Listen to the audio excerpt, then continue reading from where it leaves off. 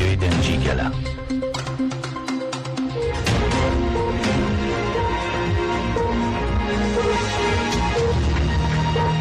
گفتوگۆی ڕووداوەکان، ڕوودا و پێشهاتەکان گفتوگۆ دەکات. گفتوگۆی ڕووداوەکان بەرنامەیەکی سیاسیە هەموو ڕۆژانی چوارشەممە کاتژمێر 11 پێشنیوەڕۆ پێشکەش دەکرێت. گفتوگۆی ڕووداوەکان هەفتانە لەسەر ڕوودا و پێشهاتەکان گفتوگۆ دەکات.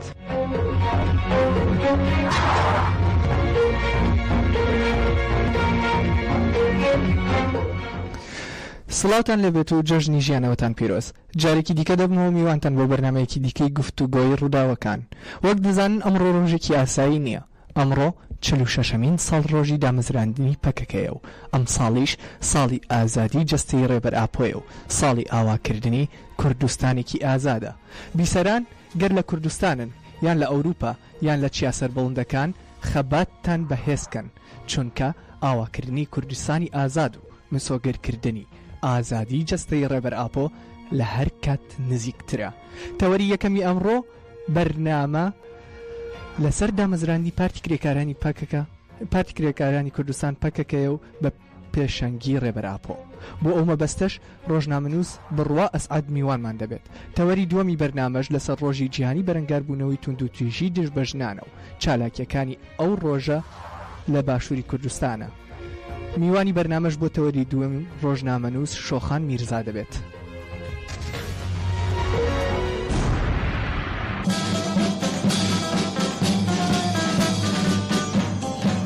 Vassalla Zöy Milleti Kürt resti destpeki başı vakta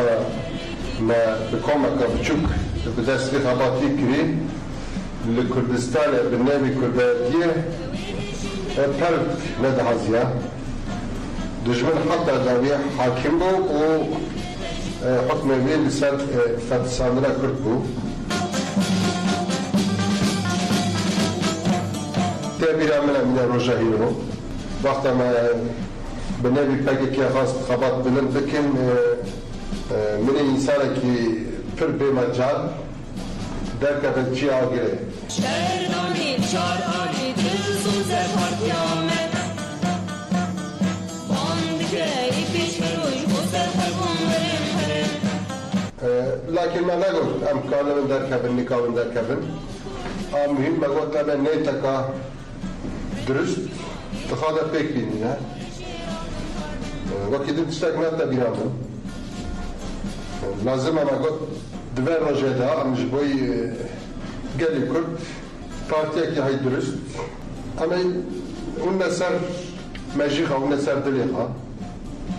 تقوى تباتنه برجه نما لا تمره نا حواله ما تستكفى عن كلام پر مسؤوليتك هاجران دقشتن لكن ما قلت في الدورة ده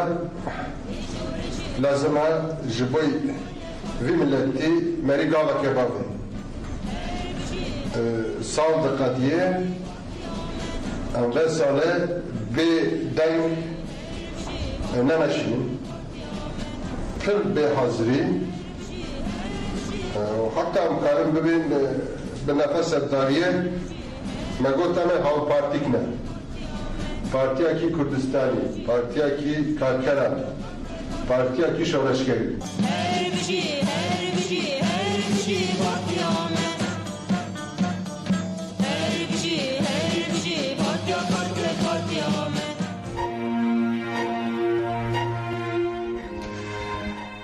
بیسەرانی بەڕێز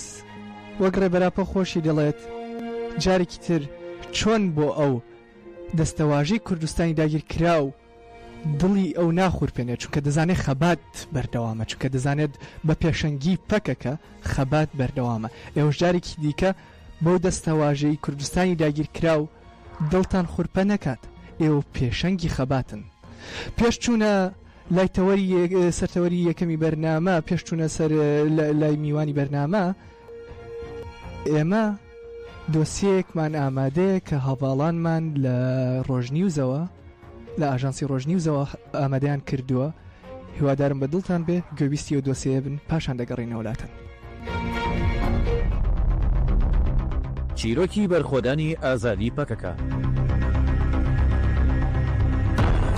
گروپی ئایدۆلۆژی ئاپۆچی بە ڕێبەرایەتی ڕێبەراپۆ لە 27 تشرینی 1970 لە گوندی فیس سەر بە ناوچەی لیجەی ئامەد پەکەکەی دامەزراند و بزوتنەوەی ئازادی کوردستانی دەست پێ کرد. پەکەکە کە بە دوایین شۆڕشی کورد ناسراوە بە چەند گەنجێکەوە لە دۆخێکی سەخت و دژواردا بزوتنەوەیەکی دروست کرد کە ئێستا بۆتە هێزێکی ناسراو لە هەموو کوردستان و جیهان. پەکەکە کە خۆی بۆ ئازادی گەلی کورد ڕاگەیان توانی هیوای سەرەکی بۆ ژنان و گشت گەلانی ڕۆژهەڵاتی ناوەڕاست و جیهان بێت لە شوێنێکدا کە دوو کورد بەیەکەوە کۆنە دەبوونەوە. ئەو توانی وڵات پارێزی و نازنامە و زمانی و وڵاتێک بە نرخێکی زۆر بەرز بنەخشێنێتەوە. لە نەورۆزی 1970دا ڕێبەراپۆ لەگەڵ حەقی قەرار و کەمالپیر لە ماڵێکدا یەکەم جار گەیشتنە و دەرەنجامەی کە کوردستان داگیر کراوە. ئەم ڕستەیە یەکەم جار لەلایەن حەقی قەرار و کەمالپیر کە پێشەنگی تەفگەری ئازادی کوردستان بوون بیسترا. ڕێبەراپۆ دواتر لەسەر بنەمای ئەم تێکۆشانە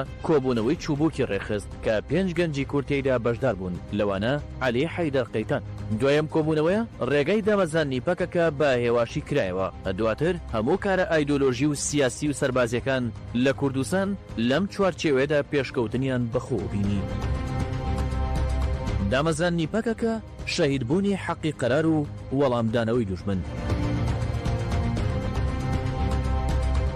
ڕێبەراپۆ و هاوڕێکانی بۆ ئازادی کوردستان کاریان خێراتر کرد. ئەندامانی گروپی ئایدۆلۆژی کە بۆ باکووری کوردستان گەڕابوونەوە لە هەموو شوێنێک هەموو گوندێکدا کۆبوونەوەیان ڕێک دەخست و بارودۆخە سیاسی و سەربازیەکانی کوردستان و تورکیایان بۆ خەڵک باز دەکرد، هەوڵی ڕێخستنیان دەدا. لەم کۆبوونەوانەدا دۆخی ئەو کاتەی کوردستان و سیاسەتە جینۆسایدکارەکانی دەوڵەتی تورک دژ بە گەلی کورد باز دەکران. لەم چوارچێوەیەدا دەوڵەتی داگیرکرد کە مەترسیەکەی هەست پێ کردبوو بە ستێرکاسوور کە بە نەتەوە پەرستانی کوردە ناسران و سەر بە پەدەکە بوون. هێرشێکیان لە عەنتاب دژ بە حەقی قەرار کە یەکێک بوو لە کادرە سەرەکیەکانی تەفگەری ئاپۆچی ئەنجامدا. لەم هێرشەدا حەقی قەرار بووە بناغی حەزب لە مێژوودا. لەو کاتەشدا ڕێبەراپۆوتی حەقی ڕۆحی شاراوەی منە. ڕێبەراپۆ لە وەڵامی ئەم هێرشەدا بۆ ئەوەی یادی حەقی قەرار و داواکاریەکانی بپارێزێت کارەکانی دامەزانی تەفگەری ئازادی خێراتر کردو. لە 27 تشرینی 1970 لە لیجەی ئامەد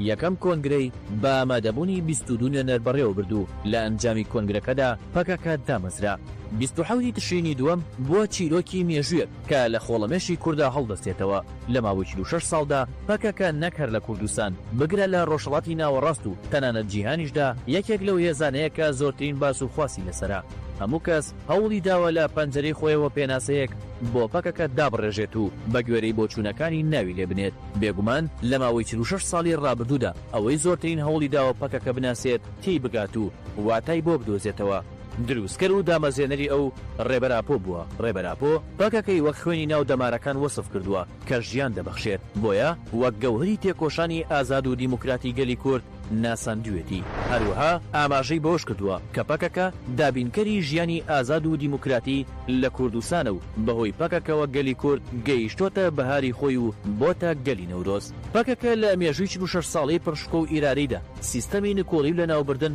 کە بەسەر کوردستاندا سەپاوە ئاشکرا کردووە. هەروەها هێرشەکانی دیکتاتۆریەتی سەربازی 12 ئەیلولی فاشستی پوچەڵ کردوتە و توانیوەتی حزبایەتی و گەلیلایی پێک بهێنێت. بەرامبەر هێرشە گشتگیرەکانی دەوڵەتی تورک شۆڕشی بەرخۆدانی نەتەوەیی ئەنجامدا و بە پشتبەستن بە گەلیلا و سەرهەڵدانی خەڵک بەرگری لە بەهای مادی و معنەویەکانی گەلی کورد کردووە. بەرامبەر هێرشەکانی پلانی نێودەوڵەتی کە لەسەر بنەمای بەرژەوەندیە ناوچەی و جیهانیەکاندا ڕێژراون ئامانجی ئەوە بووە خۆی دووبارە ڕێک بخاتەوە، گۆڕانکاری استراتیژی بکات و لەم بنەمایەدا بەرامبەر سیستەمی دەوڵەتی سیستەمێکی کۆمەڵگای دیموکراتی دابمەزێنێت کە پشت بە ئازادی ژن و شۆڕشی ژینگەیی دەبەستێت. پارادیمای نوێ باوەڕی بە ڕووناکی هەموو گەلان و ژنان و گەنجان بۆ و سەرنجی داوەتە ڕەنگی ژن، گەلان و ڕوانگەی ژینگەی و سیستەمی خۆبەڕێوەری و پاراستن. پەکەکە بە کێشکردنی گەلی کورد بۆ پرۆسەی خەباتی ئازاد و دیموکراتی پێشەنگایەتی گەشەسەندنی زۆر گرنگی کردووە، نەک هەر لە بواری فکردا، بگرە لە بوارە کلتوری و کۆمەڵایەتەکانیشدا پشتی بە کۆڵەکەی دەوڵەمەندی مێژووی گەلی کورد بەستووە و بۆتە دروستکەر و پەرەپێدەری شۆڕشە کلتوری و کۆمەڵایەتیەکان کە گەلی کورد توانیوەتی زەهنیەتێکی نوێ دروست بکات. بەرامبەر کۆڵۆنیالیزم کە هەوڵی داوە کۆمەلگا بە پارچە پارچەکردنی تاکە کەسی لاواز بکات هۆشیاری ڕێخستنی بڵاو کردوتەوە بە ئاشکراکردنی پلانەکانی کۆڵۆنیالیزم بۆ تاکەکانی کورد ژن و پیاو نیشانی داوە کە ئازادیخوازی و بەرژەوەندی کۆمەڵایەتی لە ڕێخستندایە لە ئەنجامدا گەلی کورد کە لە تاکپەرستی و خێزانگەرایی و پۆزگەریدا پارچە پارچە بوو لە ڕێی ڕێخستنی پارت و گەریلا و دامەزرا و کۆمەڵە دیموکراتیەکاندا گەیشتۆتە پێکاتەیەکی نوێی ڕێکخراو بە وتەی ڕێبەراپۆ پەکەکە توانیوەتی کوردانێک کە جاران نیان دەتوانی دوو کەس پێکەوە کۆبنەوە لە دەوری هۆشیاری نەتەوەی کۆبکاتەوە لەم بنەمایەدا لەگەڵ ڕێکخراوە سیاسی و سەربازیەکانی توانیوەتی پێکاتەی گەلی کورد بکات بەهێز و ڕێخستن. بەڵەبیر سەرانی بەڕێز هەر لەو بارەیەوە کۆمیتەی بەڕێوەری پەکەکە پەیامێکی بە بۆنی 46مین ساڵیادی دامەزرانی پەکەکەەوە بڵاو کردەوە ئەو ساڵیادی لە ڕێبەر ئاپۆ هەموو هێزەکانی گەریلا و ژنان و گەنجان و گەلی کورد و وڵات پارێزان و دۆستانیان پیرۆز کرد. هەروەک یادی شەید حەقی قەرار و شەیدان ئاسیا عەلی و ڕۆژگەر هێلین و سەرجەم شەیدانی دۆزی ئازادی کردەوە ڕایگەیان ژنان گەنجان گەلەکەمان و دۆستانمان بە چالاکیەکانی کۆڵن باتمان و دەرسیم پێشوازیان لە سڵاوەکەی ڕێبەر ئاپۆ کرد. ڕێبەر ئاپۆ بە پێشخستنی پارەدایمی مۆدرنیتی دیموکراتی بووەتە ڕێبەری پێشەنگی نێودەوڵەتی تێکۆشانی پەکەکە لە دژی هەموو جۆرە هێرشێکی لە ناوبردن و پاکتاوکاری بووە.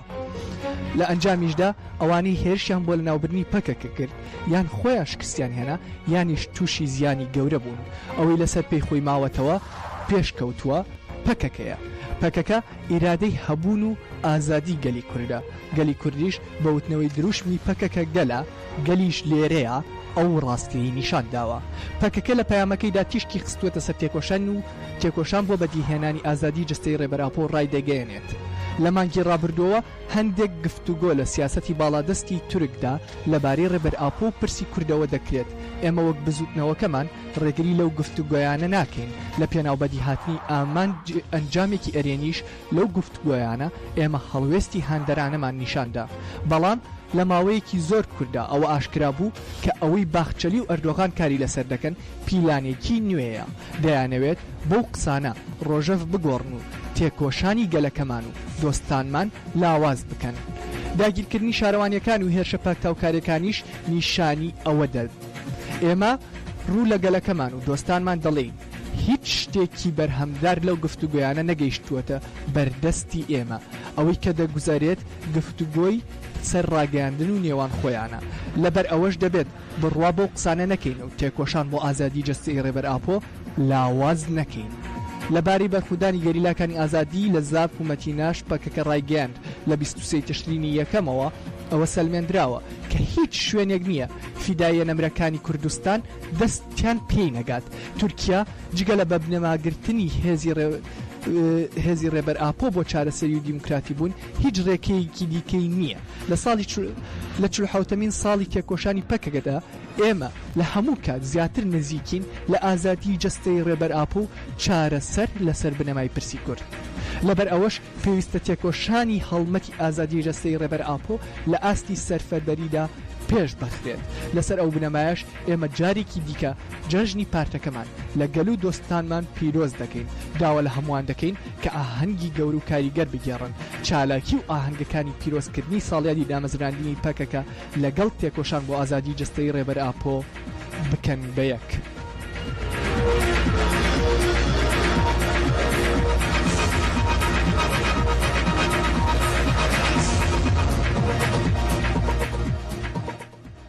بۆ زیاتر گفتوگۆکردن لەسەر و پرسە ئەمڕۆ ڕۆژنامەنووس بڕوا ئەسعەد لەگەڵمانە. بڕوا سڵاو لێبێت و جەژنی ژیانەوەت پیرۆز. سڵاو لە ئێوە جەژنی ژیانەوە لە تەواوی گەلی کورد و بەرخۆدێر پیرۆز بێت لە ماڵباتی شەهیدان و گەریلایان سەری چیا پیرۆز بێت. ئەم ڕۆژە ڕۆژێکی پڕشکۆ و مەزنایەتیە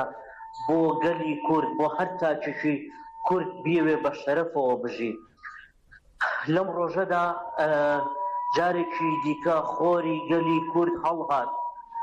ڕێبەر ئاپ و هەواڵانی پێکەوە یەک دێڕێک بەس بوو بۆ ئەوەی کە پەکەکەی تیاد بنیاد بنێن. ئەویش ئەوە بوو بۆ یەکەم جار کۆمەڵی گەنج پێکەوە کۆبوونەوە و تێیدا وتیان کوردستان داگیر کراوە. مادام کوردستان داگیر کراوە تێکۆشانێکی بێناوبەر و شۆڕشێکی بەردەوام پێویستە. ئەمە 46 ساڵ تێپەڕەکە و پێنێتە 47مین ساڵەوە بەرخۆدانی گەلی کورد لە دژی فاشیزم و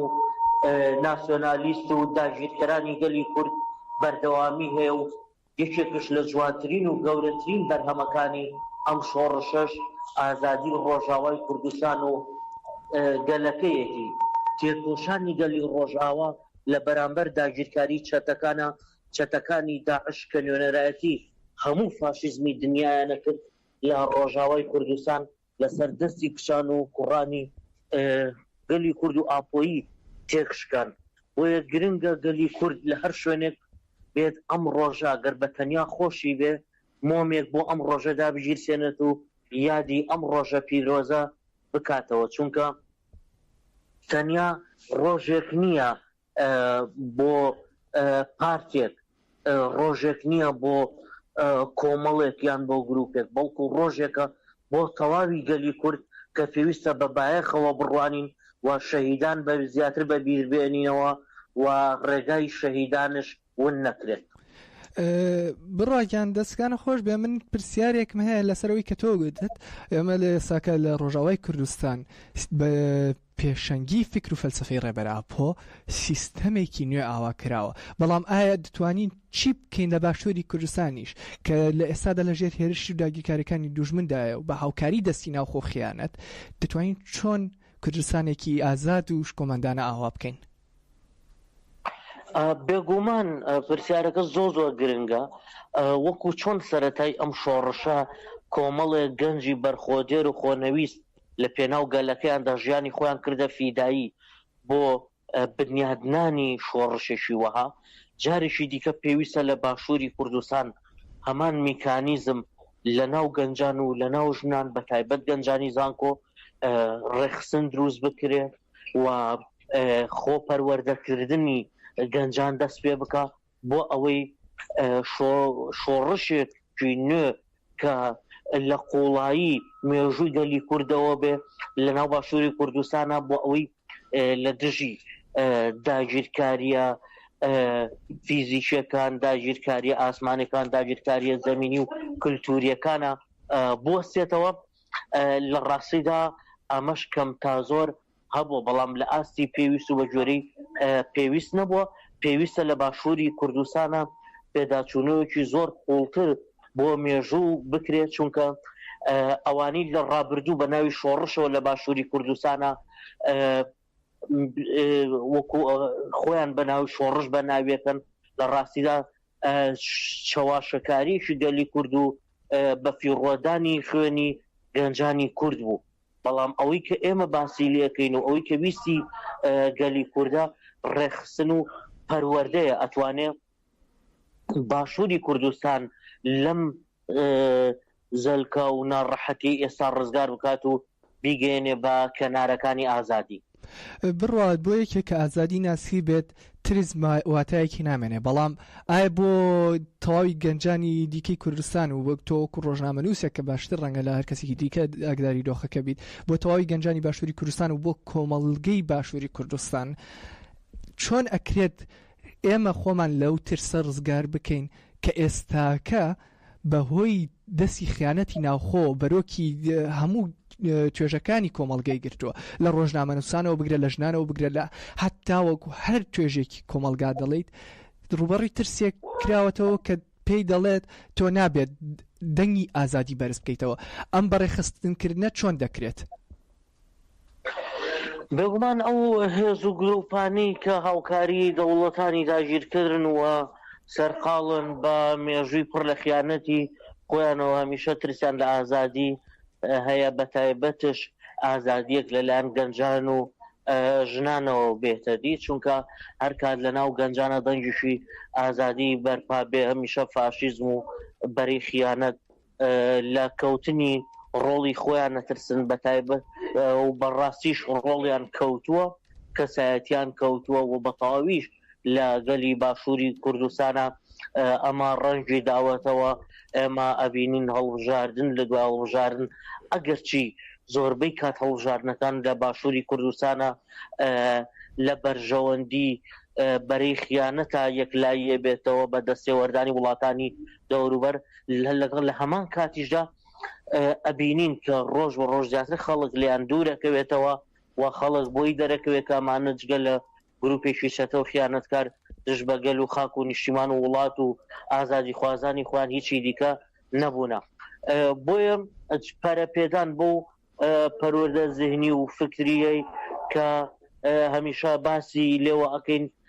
گرنگە بۆ ئەوەی بە تەواوی ئەو ماسکەی لە چاو ڕووی خۆیان ناوە بە تەواوی بکەوێتە خوارەوە و ڕۆژێکش بێت لە ناو کوردستانێکی ئازادە بە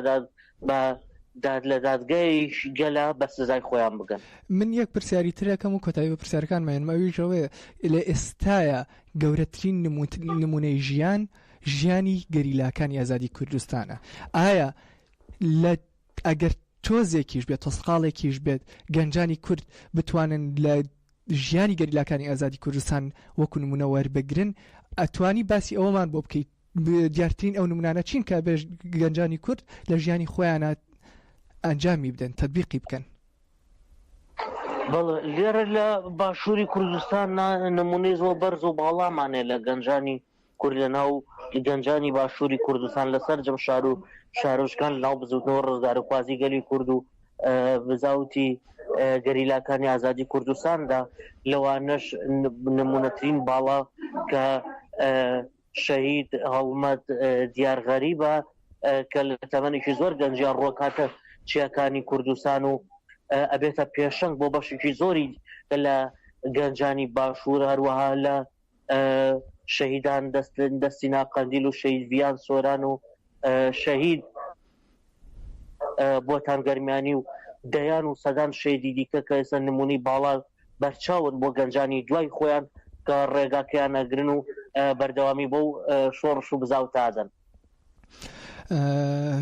ڕواگیان دەستە خۆش بێت، زۆر سپاس کە بەشداری کرد. شەهید نامرێ بە هێز وەرەی شەهیدانمان ئەم بەرخودانە درێژە پێدەدەین. ئەگەر قسەیەک مابێ بۆ کۆتایی دوایەوە ئێمە پرسیارێکمان نەماوە. سپاسان نەکەم دووبارە بستۆحەوتی مژدار لە ئێوە و گەریلە سەری چیا و زیندانیان پیرۆز بێت. ئومێد دەکەین 47مین ساڵی دامەزرانی پارتی کرێکارانی کوردستان پەکەکە لە تەواوی جیهان ببێ بە کولتورێک بۆ ئازادی تەواوی گەلانی بندەست. هەر بژین و بمێنن. هەر بژی جەژنی ژیانەوە لە تۆش پیرۆز. زۆر سپاس کە بەشدار بووی لەگەڵمان.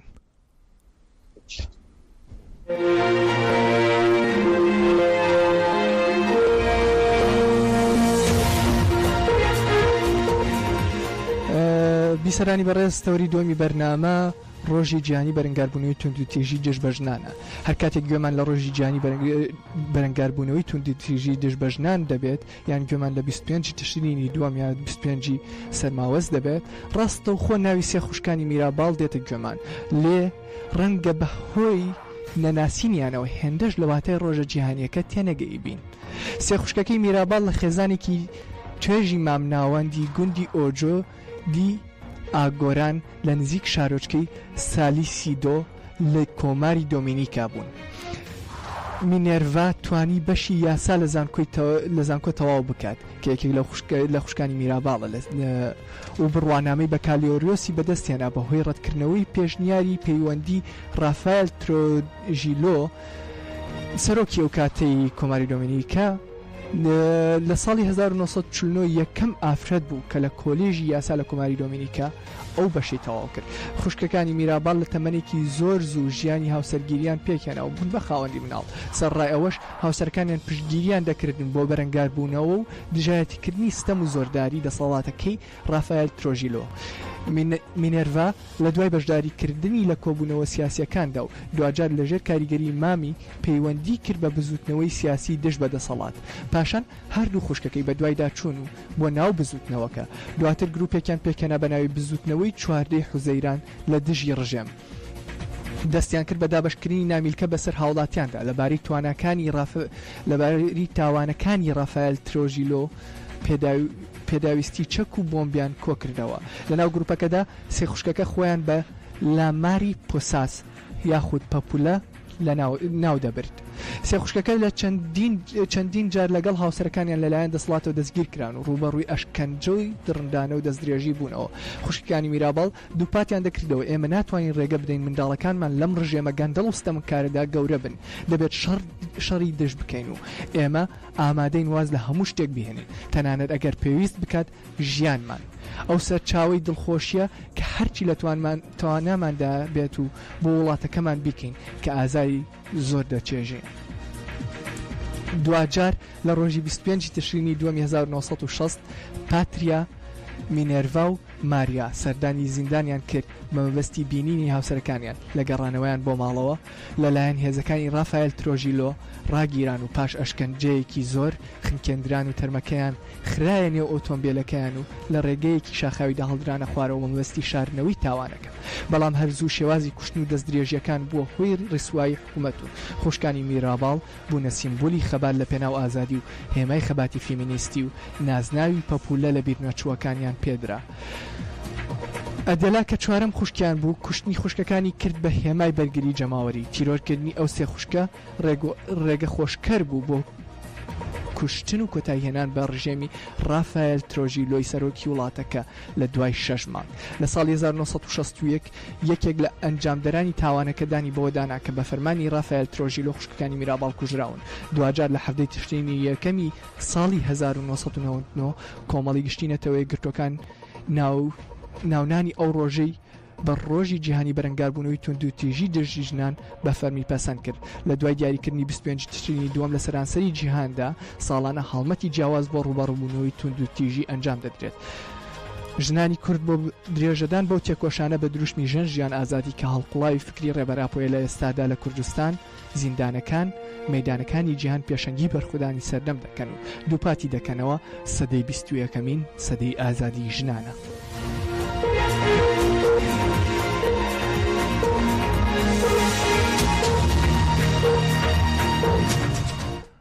هەر لەسەر هەمان مژار و بەبوونەی 25 تشرینی دووەم ڕۆژ گیانی بەرگەبوونەوەی تونند و تیژی دژی ژنان لە سەکۆی ئازادی لە پارکی ئازادی لە شاری سلێمانی چالاکی ڕێکخراوەکانی ژنان بەڕێوە دەچێت. لە چالاکیەکە بە دروشمەکانی لە ژنی ئازاد مەترسە ئەو ژیان ڕزگار دەکات کۆمەڵکوژی سەر ژنان هۆکاری وەرچەرخان و سەرهەڵدانی ئێمەی ژنانە ژن ژیان ئازادی بەڕێوە دەچێت. ئەو چالاکیانە درێژکراوی کۆمەڵێک چالاکین کە ماوەی چەند ڕۆژە بەردەوام بە پێشەنگی بەرەی ژنانی باشوور. لەو بارەیە بەرەی ژنانی باشوور چەند ڕۆژ پێشتر و ڕاگەیاندراوێکیان بڵاو کردەوە تێدا بەرنامەی کار و چالاکیەکانیان بڵاو کردەوە ڕایەنگان ڕۆژی 25 تشرینی دووەم کە وەک ڕۆژی بەرەنگاربوونەوەی تونند و تیژی دژی ژنان ناسراوە دوای 74 ساڵ لە کوشتنی خوشکانی میرابڵ بە شێوەیەکی وەحشیانە تەنها گۆڕانکاری ئەوەیە کە تونند و تیژی لەسەر ژنان قوڵتر و زیاتر بووە. لە ڕۆژی ئەمڕۆماندا تەنها ژنێک نەماوە کە تونند و تیژی جەستەی یان دەرونی یان فکری بەرامبەر ئەنجام نەدابێت. ژنان ڕۆژانە ڕوبەڕووی تونند و تیژی خێزانی و کۆمەڵگەی گەی و دیجیتاڵی دەبنەوە. هەرچەندە لە سەدەی 21دا ئاماژەی پێشکەوتنی مرۆڤایەتی بکرێت بەڵام نابێت ئەو ڕاستیە لە بەرچاو نەگرین کە لایەنی دەسەڵاتدارێتی پیا و فاشیزم لە لووتکەدایە. ئەو شەڕی ئەمڕۆ لە بەرژەوەندی پیا و دەوڵەت ڕوودەدات هەموو ئەخلاقیەت و یاساکانی شەڕی تێپەڕاندووە. لەم شەڕانەدا ئەوەی زیاتر ڕوبەڕووی درڕندەیی ئەبێتەوە و مافەکانی پێشێل دەکرێت دیسان ژنە، کوشتن، ڕفاندن، دەستدرێژیکردن، خەتەنەکردن، ئاوارەبوون هەموو ئەمانە و زیاتریش ئەبێتە چارەنووسی ژن. دووبارە ئەو ژنانی کە لەناو شەڕ هەڵدێن و کۆچ دەکەن لەو ڕێگەیەدا ڕوبەڕووی مامەڵەی دوور لە ئەخلاقی ئەبنەوە. بەری ژنانی باشوور ڕایانگەیاند دەبێت خۆمان لە بەرامبەر هەموو ئەو جۆرە تونند و تیژیانە بە بەرپرسیار ببینین چونکە ئێستا هەم لە ناو کۆمەلگا هەم لە ناو خێزاندا داڕمانێکی ئەخلاقی هەیە. ئەم کێشە و کارەساتانە زۆر بەقوڵی هاتوونەتە ناو تاک و کۆمەڵگەکەمانەوە. ئەمەش لە ئەنجامی زیهنیەتی پیاوسالاری و دەسەڵاتداریە لەسەر کۆمەڵگە و خێزان. هەروەها ڕژێمی داگیرکەر و درڕندەی ئێران بە ڕێگەی سێدارە دەیەوێت هیوا و ئامانجەکانی گەلەکەمان و بەتایبەت ژنان لە ناو ببات. لە ڕێگەی لە سێدارەدانی ژنان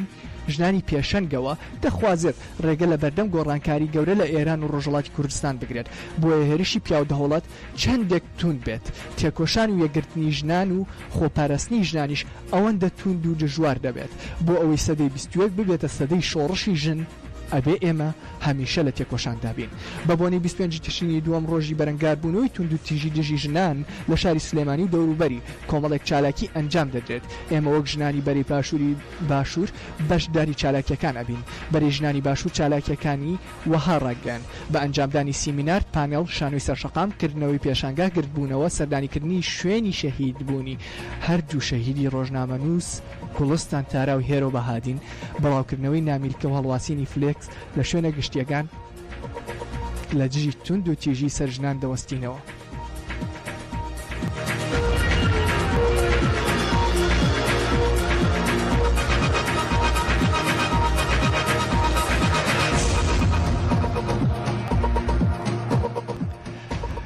بۆ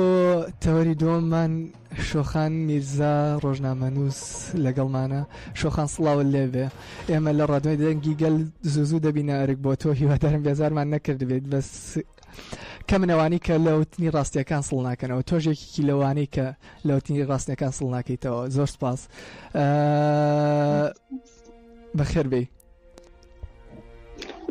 بەڵێ سڵاوتان لێبێ سڵاو لە تۆ شۆخانگیان بەخێر بێ سڵاو ڕێز زۆر سپاس دەمێ سەرەتا بە بۆنەی 27 مشدار پیرۆزبایی لە تۆ و لە تەواوی هاوکارانمان بکەین و لە تەواوی گەلی ئازادی خواز لە گەریلاکانی سەریچیە و لە ڕێبەراپۆ بەدامزرانی پارتی ژنی ئازاد بەدامزرانی پارتێک کە فەلسفەی ئازادی و سربەخۆیی و ژنی لە خۆگرتووە هیوادارین کە هەمیشە سەرکەوتن بۆ گەلی کوردستان بێت. جەژنی ژیانەوە لە تۆش پیرۆز شۆخانگیان بورە من هەستەکەم تۆزە کە باسی هەواڵان ڕۆژنامەنووسانی ژن و هاوکارانمان گڵستان تارا و هێرە بەهادین هاتنەوە لە دۆسی ڕابردووە تۆزێک پێی کاریگەر بووم هیوادارم بمبوری لەسەرەوەی کە دەنگم تۆزی خراپتر دەرەکەی و بیسەرانیش قسووری معفو بکەن. شۆخان پرسیاری یەکەم لەبارەی گرنگی و چالاکیانەوەی کە لە ماوەی چەند ڕۆژی ڕابردوودا لە باشووری کوردستان بەردەوامن و بەڕێوە دەچن ئەو چالاکیانە چۆن دەتوانن هاوکار بن لە هۆشیارکردنەوەی کۆمەڵگا بەرامبەر تیژیەکان دژ بەژنان و چۆن دەکرێت ئێمە بەو چالاکیانە و بە چالاکی هاوشێوە هاوکار بین. بەڵێ لە ڕاستیدا هەروەکەوەی دیارەکە لە 25 نۆڤەمبەر لە تەواوی جیهاندا وەکو ڕۆژی بەرەنگاربوونەوەی توندوتیژی لە دژی ژنان ناسێنراوە و هەم ڕۆژی تێکۆشانی ژنانە لە بەرامبەر توندوتیژیەکاندا چالاکیەکان جۆرا و جۆر بەڕێوە دەچن باشووری کوردستانی ژێکێک لەو ناوەندانەی کە لە 25 نۆڤەمبەردا و ڕۆژانی پێشتردا ئامادەکاری دەکرا بۆ ئەوەی کە چالاکی ئەنجام بدرێت هەڵبەت لە باشووری کوردستان ڕێز شتێکی هەیە کە شاراوە نییە ئیدی پەرتەوازەیەک لە ناو باشووری کوردستاندا هەیە بەداخەوە بەوەی سیاسەتی کە لە باشووری کوردستانەوە لەلایەن پارتە سیاسیەکان و بەتایبەت لەلایەن پارتی باڵادەست کە بەڕێوە دەچێت لە هەموو کایەکی ژیاندا پەرتەوازەیە یەک دروست بووە و لە 25 نۆڤەمبەریشدا ئێمە وەک ڕۆژنامەنووسان ئەوەمان ڕەچاو کرد ڕاستە کۆمەڵێک ژنی پێشەنگ لە باشووری کوردستان هەن کە دەیانەوێت لەسەر پرسەکانی ژنان لەسەر بابەتی توندوتیژیەکان بە جددی کار بکەن و بە فکرێک و ئیرادەیەکی ژنانەوە کار بکەن بەڵام دیسا ڕێگری هەبوون کە ئێستا دێمە سەرەوەی ڕێگریەکان چی بوون و خاویەک سستیەک بە چالاکیەکانەوە بوو سەرەڕای ئەوەش چالاکیەکان هەر ئەنجام دران لە ناوچە جیاوازەکانی کوردستاندا چالاکیەکانی ژنان بۆ 25 نۆڤەمبەر بەڕێوە چوو بەڵام دەبێت ئاماژە بۆ بکەم کە لەگەڵەوەی کە باشووری کوردستان دەبووی ناوەندێک بووایە کە لە تەواوی بەشەکانی تری کوردستان زیاتر داوای ئەوە بکرایە کە بەرەنگاری توندوتیژی بەڕێوە بچێت یاخود کە لە ئێستادا لەم سەدەیەدا کە ژنان لە ناو زیندانەکانەوە بەهۆی سیاسەتی دەوڵەتنەتەوەکانەوە ئێمە دەبینین کە توندوتیژیان لە بەرامبەر دەکرێت ژنان لە ماڵەکانیاندا لە ناو پارتە سیاسیەکاندا توندوتیژیان لە بەرامبەر دەکرێت بەڵام ئێمە لە باشووری کوردستان بینیمان کە لە یەکێک لە چالاکیەکان قەدەغەی وتنی ژنجیان ئازادی کرا بەوەی کە نابێ ئەگەر چالاکیەکەش ئەنجام بدرێت دەبێت ئەم و دروشمە نەوترێتەوە لە کاتێکدا ئەم دروشمە لە ئێستادا دروشمی سەدەیە لە باشووری کوردستان کاری بۆ دەکرێت کە ئیدی لە چالاکیەکاندا ژنان ئەمە نەڵێنەوە بەڵام ئەوەی کە جێگەی دڵخۆشیە ژنان جارێکی تر بەوتنی ژیان ئازادی بە تایبەت لە سلێمانی ئەمە بینیمان کە پێشوازیان لە ڕۆژی بەرەنگاری توندوتیژی کردووە لە ڕێگەی پێشکەشکردنی شانۆی شەقامدا ئێمە بینیمان کە لەو لایەنەشدا کە چالاکی ئەنجام درا و بێگومان کامە کاریگەری دەبێت ئەم ینی چەندە ڕێگریشە بێ بۆی کە چالاکیەکان بە شێوەیەکی ڕێکخراو بەڕێوە بچێت بەڵام بێگومان چاوی کۆمەڵگە لەسەر ئەوە هەیە کە تێکۆشانی ژنان خەباتی ژنان بتوانێت وەک ئەوەی لە ئێستادا لە سەدەدا ژنانی کورد پێشەنگاتی بۆ خەبات و تێکۆشانی ژیانێکی دیموکرات خواز دەکەن بتوانن کە لە باشووری کوردستانیشدا چالاکیەکان کاریگەریان هەبێ بێگومانیش هەر کاریگەریان دەبێت بەڵام بە شێوەیەک لە شێوەکان دەتوانین بڵێن جۆرێک لە یەکگرتوویەکی وەها لە ناو چالاکیەکاندا ئێمە نەمان بینی بێگومان وەکو ئاماژەشم پێکرد لە سەرەتادا کە ئەمەش کە ژنانی چالاکوان ڕێکخراوەکانیشی نیگەران کردووە لەو بارەوە کە بۆچی لە باشووری کوردستان بە شێوەیەکی یەکگرتووی ناتوانرێت لە بۆنەکاندا یاخود لەو کاتانەدا کە بە ڕۆژی تێکۆشانی ژنان دەبینرێ بتوانن یەکدەنگیەک هەبێ لە بەرامبەر پرسەکاندا و ژنانیش بۆ ئەوە کار دەکەن ئەو ژنانش کە ئێمە لە نزیک و ئەم ڕۆژانە بۆ چالاکیەکانیش دومانن هەمان نیگەرانیان هەیە دەڵێن کە ئەقڵێتێکی پیاوسالاری دەسەڵاتداری لە باشووری کوردستان حکم دەکات یاخود خۆسەپێنی دەکات بۆ ئەوەش هەر ژنێکی پێشن لە باشووری کوردستان بە تایبەت بیهەوێت کە ینی بە حقیقەتێکی ژنانەوە لە بەرامبەر پرسەکانی کۆمەڵگە و ژنان دەکار بکات ڕێگری بۆ دروست دەکرێت و دەسەڵات بەوە تاوانبار دەکەن کە دەسەڵاتداران ژنێکیان دەبێت لە باشووری کوردستان کە تەنها ملکەچی ئەو سیاسەتە بێت کە ئەوان دەیخوازن لەو لایەنەوە ژنان نیگەرانیان هەیە و دەڵێن بە تایبەت لە ناو پارتە سیاسیەکاندا ژنان ناتوانن بە شێوەیەک کە بتوانن خۆیان وەکو ژن کار لەسەر پرسەکانی خۆیان بکەن و ڕێگریان لێ دەکرێت یعنی بە کوردی بڵێم ڕێز ژنان باس لەوە دەکەن کە هۆکارێکی سەرەکی بۆ ئەوەی ژنان ڕوبەڕووی توندوتیژی دەبنەوە بۆ ئەوەی کە ژنان ناتوانرێت کە دەنگێکی زۆر بەهێزیان هەبێ ئەوەیە لە ناو پارتە سیاسیەکاندا ناهێڵدرێت کە ژن سیاسەتێکی خۆسەری بەڕێوە ببات ینی بۆ ئەوەش هەم لە جڤاکدا هەم لە ناو کۆمەڵگەشدا ژنان بێ سیاست ینی ناتوانن سیاسەتی خۆیان بەڕێوە بن و لە ناو پارتە سیاسیەکانیشدا ڕێگە نادەن کە ئەو خۆسەریەی ژن هەبێ یەکێک لەو هۆکارانەیە کە لە باشووری کوردستان بەو شێوەیە بچێ بەڵام ئەمە جێگەی ئەوە نییە کە بێهیوایی هەبێت ژنان هەر تێکۆشانێکیان لەو لایەنەوە هەیە و دەمێ ئاماژە بۆ بدەم هەر لە درێژەی و چالاکیانەدا لە باشووری کوردستان کەمپینێک لەژێر ناوی نابۆ لە سەدارەتان هەیە لە ئێستادا بۆ ژنانی ڕۆژهەڵاتی کوردستان بۆ زیندانیانی سیاسی لە ڕۆژهەڵاتی کوردستان کەمپینەکە زیاتر لە 100 ژن نامەیەک ئاڕاستەی سەرۆکۆماری عێراق و خانمی یەکەمی عێراق و سەرۆکی یەنەکا باڵ تاڵەبانی دەکەن ئەمە وەک هەنگاوی یەکەمی خەباتەکە بۆ لابردنی سزای لە سێدارەدان لەسەر وریشە مرادی کە لە ئێستادا بەرخودانێکی بێوێنە لە ناو زیندانەکانی ئێراندا بەڕێوە دەبا هەم پێشەنگایەتی جڤاک و هەم پێشەنگایەتی ژنی ئازادیش دەکات بڕیارەکە ئەو نامەیە ئاڕاستەی ئەو کەسانە بکرێت کە ناومێنان و لە قۆناغی دووەمی چالاکیەکە یاخود کارەکەدا نامە دەنێردێ یاخود یادداشت دەنێرێ بۆ ڕێکخراوی لێبوردەیی جیهانی ئێمنیستی و هەموو ئەو ڕێکخراوە نێونەتەوە یاسایانەی کە پەیوەندیان بەو پرسەوە هەیە لەو بوارەدا ژنان لە ئێستادا بەپێوەی ئێمە زانیاریمان کۆ کردوتەوە لە هەوڵێکی چردان بۆ ئەوەی کە ئەو نامەیە بگێنن و بتوانن ئەنجامێکی باش بەدەست بهێن ینی ڕێز بەو شێوەیە سەرەڕای فشارەکان سەرڕای توندکردنەوەی فشار لەسەر ژنان هەم لەلایەنی سیاسیەوە هەم لەلایەنی کۆمەڵایەتیەوانەیە ینی ئەوەکی دژبەر کراوەتەوە بەڵام خەباتی ژنان لە باشووری کوردستان ڕانەوەستاوە ژنان بە هەر چۆنێک بێ لەژێر فشارەکانیشدا بێ دەیانەوێت کە دەنگی خۆیان بگێنن دەیانەوێت لەسەر ئەو ناحەقی کە لە بەرامبەر ژن و لە بەرامبەر کۆمەڵگە دەکرێت دەنگیان هەبێت جاشەخان ئەگەر خەباتی ژنان ڕابوەستێ و کۆمەڵگەی ئێمەژە بێ دەستی لە بشۆرین کە تاکە ڕێگە بۆ ئاواکردنی کۆمەڵگەیەکی دیموکرات ئازادی ژنانە بەهەر لەسەر ئەوە و ئەوەی کە تۆش باسی کرد خەباتی ژنان بەردەوامە بەڵام تەنیا خەباتی ژنان بە تەنیا بەس نییە دەبێت بەشەکانی تری کۆمەڵگەشت بەشداری ئەو خەباتە بن و من پرسیاری دووەم لەو بارەیەوەیە بۆ ئاواکردنی کۆمەڵگەیەکی دیموکرات و ئازاد کە ژنان ئێستاکە لەو خەباتەیە پێشەنگیەکەن پێویستە توێژەکانی دیکەی کۆمەڵگا چ پیاوان چ بەشەکانی دیکەی کۆمەڵگا چی بکەن چۆن هاوکار بن بەڵێ ئەنی بێگومان ڕێز کە بابەتەکە لەسەر ژنی ئازاد بێگومان کۆمەڵگەیە کە ژنانی ئازاد پێشنگاتی بکەن دەتوانن لە ناو جوواکیشدا لە ناو کۆمەڵگەشدا پێشنگاتی خۆیان بکەن بە تایبەت ینی ئێمە وەکو گەلی کورد ئێمە بۆ خۆمان خاوەنی فەلسەفەیەکین کە ئەم فەلسەفەیە لەبارەی ئازادی ژنەوە پێشخراوە و ژن دەتوانێت لە ناو ئەو فەلسەفەیەدا هەبوونی خۆی ناسنامەی خۆی و لێگەڕین و تێگەشتنێکی نوێ لەبارەی ژنبوون و لەبارەی کۆمەڵگە و لەبارەی کۆمەڵگەیەکی دیموکراتیکدا بخاتە ڕوو یعنی ئەوەی هەیە بە تایبەت یعنی من ئەگەر ئاماژە بۆ بدەم لە باشووری کوردستان هەر ژنێک پێویستە لەناو ئەو فەلسەفەیەدا خۆی ببینێتەوە یعنی دەبێتی ئەو ژنە کلاسیکەی کە دەسەڵات دەیهەوێ لەناو پارتە سیاسیەکاندا لەناو کۆمەڵگەدا ئەوەی کە سیستەم دەیهەوێ دەبێت لە باشووری کوردستان تێک بشکێنرێ ئەو ناسنامەی ژن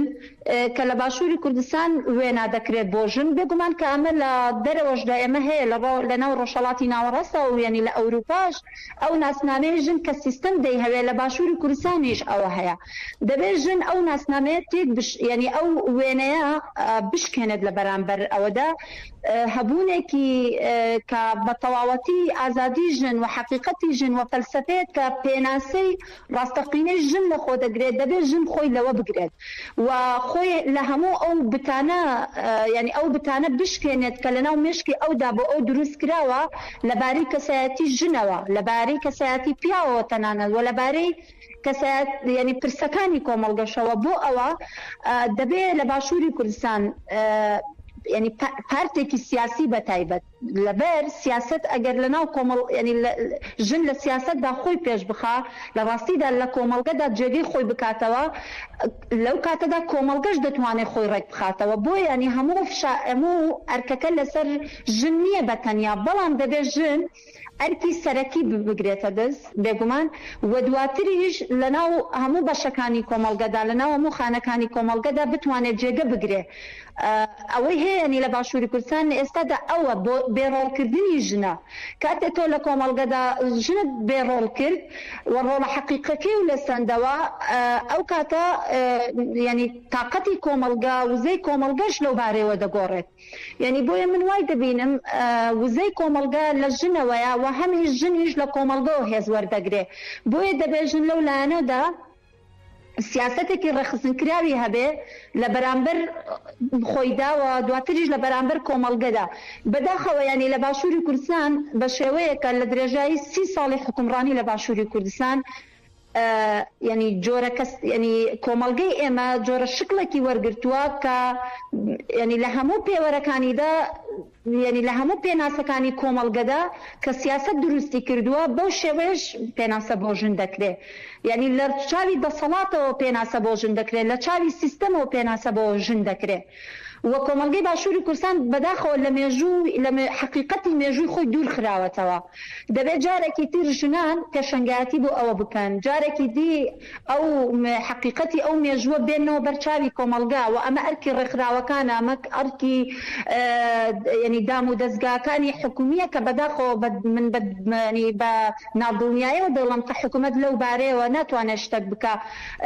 بەڵام ینی ئێستا من شتێکی ینی نمونێت بهێنمەوە لە قەندیل لە ڕۆژی 25 نۆڤەمبەردا ئێمە بینیمان لە ناو ماڵەکاندا زۆر بە سادەیی ژنانێک هەبوون سیمیناریان لەبارەی توند و تیشەکانەوە دەدا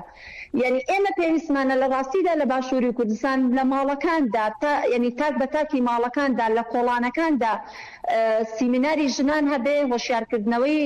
ژنان لەبارەی پرسەکانی خۆیان لەبارەی پرسەکانی کۆمەڵگا لەبارەی حقیقەتی مێژووی کۆمەڵگەوە دەبێ ئەمانە ینی بکرێنک پرسی ژن ببرێتە هۆتێلە 5 ئەستێرەیەکان باسی لێەوە بکرێ بچێت ئەو شوێنانەی کە لە ڕاستیدا خۆیان باوەڕیان بە پرسەکانی ژنان و بە پێشبچوونی کۆمەڵگە نیە لەولایەنەوە دەبێت ینی ژن هەم عقلەتی دەسەڵاتداری لە خۆی دەدا بماڵێ هەم ئایدۆلۆژیایە کە پێناسەی حقیقەتی ژن ناکە دەبێت ژن لەمانە دوور بکەوێتەوە لە ڕاستیدا و گەرەکە باشووری کوردستان ببێتە ناوەندێکی گرنگ لە ڕاستیدا بۆ پێشەنگایەتی ژنان و ئێمە هەندێک لەوە دەبینین ئێستا کە لە ڕۆژهەڵاتی کوردستان ژنانی وەک گوریشە مرادی پەخشان عەزیزی کە پێشەنگایەتی هەم جوواک کۆمەڵگە دەکەن هەم پێشەنگایەتی پرسەکانی ژنان و مافەکانی ژنانیش دەکەن لە باشووری کوردستان ژنان هەنا ئەو نامانەی کە ئەوان لە زیندانەوە دەری دەخەن وەک مانیفێستۆیەک دەیبینن و دەکرێت لە داهاتوودا لە باشووری کوردستان کار لەسەر ئەوانە بکرێت بەڵام بێگومان فشارێکی زۆریش هەیە دەبێتی کۆمەڵگە بە تەواوەتی لەبارەی هەم ترسەکانی ژنانەوە هەم لەبارەی ئەو دۆخەمتبوونەی کە کۆمەڵگە بە درێژایی 30 ساڵ وە سەپاندنی هەندێک دۆخ بەسەر کۆمەڵگەدا دەبێت تێک بشکێنرێ و جارێکی تر کۆمەڵگەی باشووری کوردستان پێناسەیەکی وەک دەڵێن لەنی لە جەوهەری خۆیدا پێناسەیەک بۆ خۆی بنووسێتەوە و ژنانیش لەو ناوەندەدا دەبێت خۆیان بناسنەوە پێشەنگایەتی بۆ گۆڕانکاریەکی زۆر بنەڕەتی بکرێت. شۆخان من تەنیا 2 دقەماوە بەڵام زۆر بە کورتی یەک پرسیارێکی تر هەبوو کە زۆر گرنگ بوو بەلامەوە ئەویش ناچارکردنی ژنان بوو بە خۆستاندن و هەروەها کوشتنی ژنان بە هەر ئیتر لە هەر بیانویەکە بێت چۆن دەکرێت پێش بەمە بگیرێت کە ئێستا ئەو دیارێت لە باشووری کوردستان بەتایبەت زۆر بووە. بەڵێ بێگومان ئامارەکان دەری دەخەن لە باشووری کوردستان ینی لە مای مانگێکدا 5 ژن لە باشووری کوردستان کوژراوە و سەرەتای مانشێتی بڵاوکردنەوەی هەواڵەکانیش ینی بەم شێوەیە بەتایبەت لە میدیاکانی دەسەڵاتەوە لەو لایەنانەوە کە سەر بە دەسەڵاتن کە ئەوانە ئێستا لە باشووری کوردستان ڕۆژەوی کۆمەڵگە دروست دەکەن ینی بە کێشەی کۆمەڵایەتی ناوی دەبن ینی لەو کاتەدا کە دەڵێن کێشەی کۆمەڵایەتی تیشک خستنە سەر ئەوەیە کە کۆمەڵگە بڵێت ئەمانە بەهۆی شەرەفەوە کوژراون یەکێک لەو بابەتانی کە بەتایبەت لە باشووری کوردستان هەر ژنێک بکوژرێ یەکسەر بەو شێوەیە کۆمەڵگە ئاراستە دەکرێت کە ئەم ژنە لە ڕووی شەرەفەوە کێشەیەکی هەبوو بۆیە کوژراوە بەداخەوە ینی هەتا ئێستا عەقڵەتێکی فیوداڵی لە باشووری کوردستان بەڕێوە دەچێت و لەناو خێزانەکانیشدا بەداخۆ ئەوە هەیە لەبەر ئەوەی زۆربەی کوشتنەکان هاندانی کوشتنەکان لەلایەن کەسە نزیکەکان و لەلایەن پیاوێکەوە ئەنجام دەدرێت لە باشووری کوردستاندا بۆ ئەوەش ینی دەبێت ژنان لەو لایەنەوە خۆیان بەڕێخستن بکەن و هێزی ژن لەوێدا بەڕێخستن بوونیەتی و بچون بتوانێت لە بەرامبەر توندوتیژەکان خۆی بپارێزێت و جۆری توندوتیژەکان بناسێت لە ڕاستیدا ڕێز لە باشووری کوردستان زۆربەی ژن کە توندوتیژی لە بەرامبەر دەکرێت کە تەنها ئەم توندوتیژانە لەلایەنی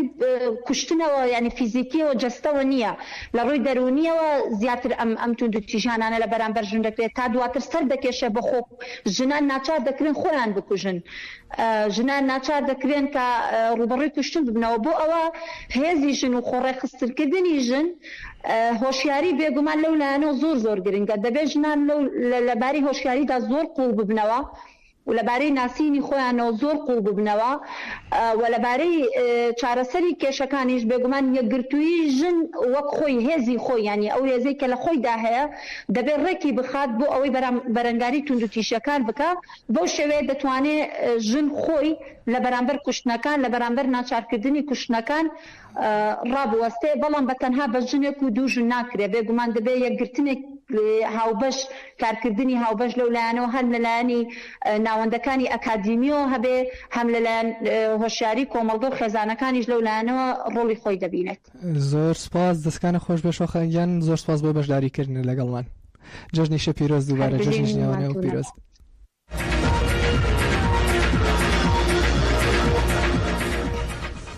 بەڵێ بیسەرانی خۆشەویست و ئازادی خوازان گەیشتنە کۆتایی بەرنامەی ئەمڕۆکە جارێکی دیکە جەژنی ژیانەوەتان پیرۆز و ڕۆژتان پرخێر و بەرەکەت لە هەرجەیەک خەباتتان بەهێزکەن چونکە کوردستانی ئازاد نزیکە و خۆری گەل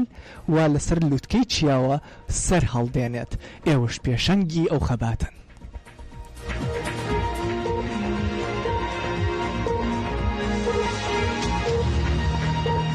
گفتوگۆی ڕووداوەکان ڕوودا و پێشهاتەکان گفتوگۆ دەکات.